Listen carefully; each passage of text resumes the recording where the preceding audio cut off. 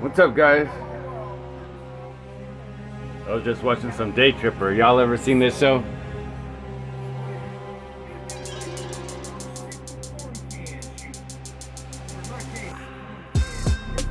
Anyway, sorry guys. Let me show you what I was getting into. I was going to make a video today about unboxing this bad boy right here, the 353 Race 12, and then I realized, you know what? Today is Nikola Tesla's birthday, and so I had to stop everything I was doing, and I'm not gonna make a video on that. I'm not gonna make a video on that, or those over there, or that, or the rest of them, because you know, if it wasn't for Nikola Tesla, we wouldn't be doing any of the stuff we're doing now. So anyway, guys, let me post a video of a guy by the name of China Expats. He made this video. It's called The History of RC. It was an awesome video, and he talked about Nikola Tesla in this video, and I didn't have a chance to do my own, so I'm gonna put a link for his channel on the description, and we're gonna start watching that right now. It's a great video, guys. Anyway, let's check this out. Happy birthday, Nikola Tesla. We all love you, man. Peace. From the early days of Nikola Tesla to some of the most advanced RC models on the planet, the RC hobby has certainly come a long way since 1898. Hi, I'm China Expats RC. Come with me on a journey as we travel back through time to see the world's first RC hobbyist. Oh, here I go. I'm doing it. I'm traveling back through time. Here we go.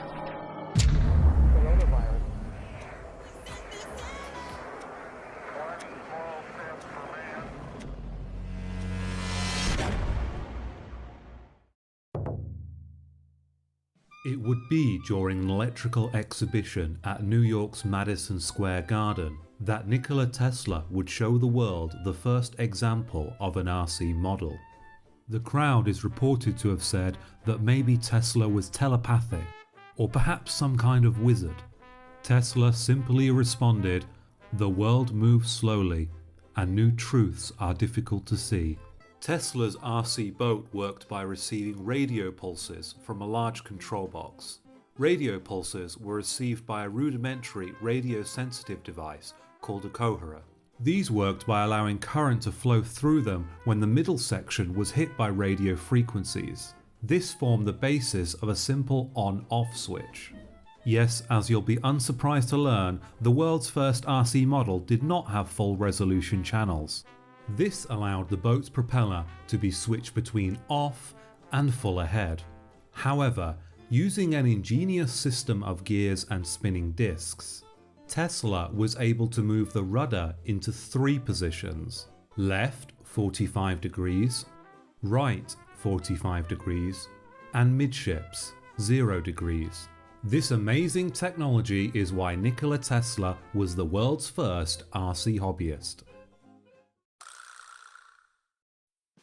In 1963, model racing association clubs had formed all over England to race rubber band powered cars. These cars were 4-wheel drive and could accelerate to 40 miles per hour, which seemed a damn sight quicker than the rubber band powered cars I made when I was a kid. In a few more years in England and the US, tiny model plane engines would start to get put into model cars. Attached to a cable tether and driving on a circular track, these tether cars could reach speeds of over 60 miles per hour. A desire to run multiple cars at once and the invention of larger model engines would develop into railcar racing, where the car would sit on a guide rail and race along a track. Yes, that's right. People raced petrol-powered slot cars indoors. Just look how happy they are. Must be all the lead. And this is the excitement of Monte Carlo in miniature, a 3-level spiral hill climb in Aurora's Monte Carlo AFX race set. With cars you and your kids can drive with electric speed controllers, to go fast, to go slow. With cars you can control, Aurora's AFX Monte Carlo race set. You just can't get any closer to real racing. Later, the rails would develop into slots in the track, which were preferred as this would allow the car's back wheels to slide out in an exciting manner. Eventually, the small petrol engines would be replaced with electric motors. Power for the electric motor was carried by metal strips on either side of the slot, and these were picked up by contact brushes on the car. The voltage carried by these metal strips can be modulated by a handheld controller containing a resistor. This way the driver can change the voltage in the strips and thus vary the speed of the car. In 1964, a company known as Elettronica Giocattoli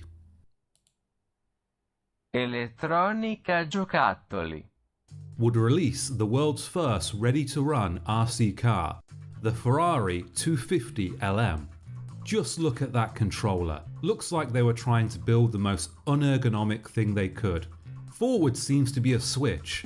I'm not sure if it was capable of reverse, as fermo means stationary and avanti means forward.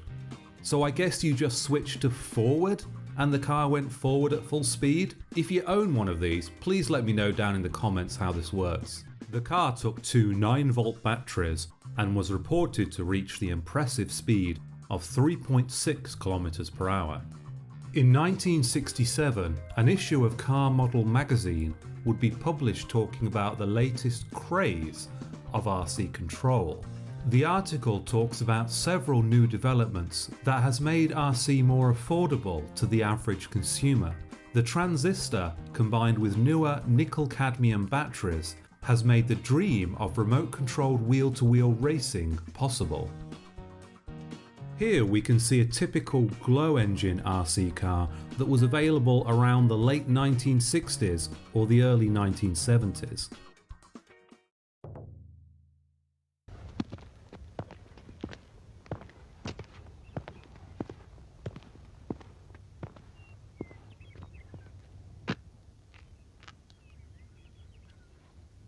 Nice day for a drive.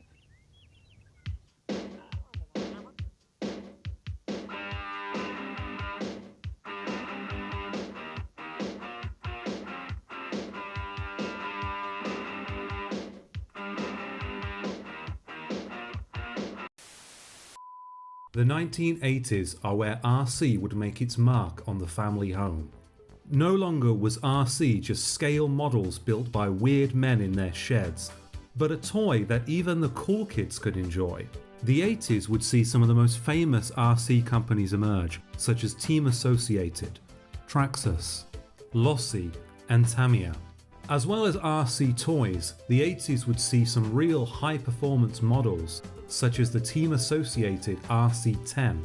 This car featured fully adjustable suspension and had differentials that could be tuned for any track conditions. So where does that leave us? Well, if you'd like to see some RC models that Tesla could only dream about, you can click on one of my videos.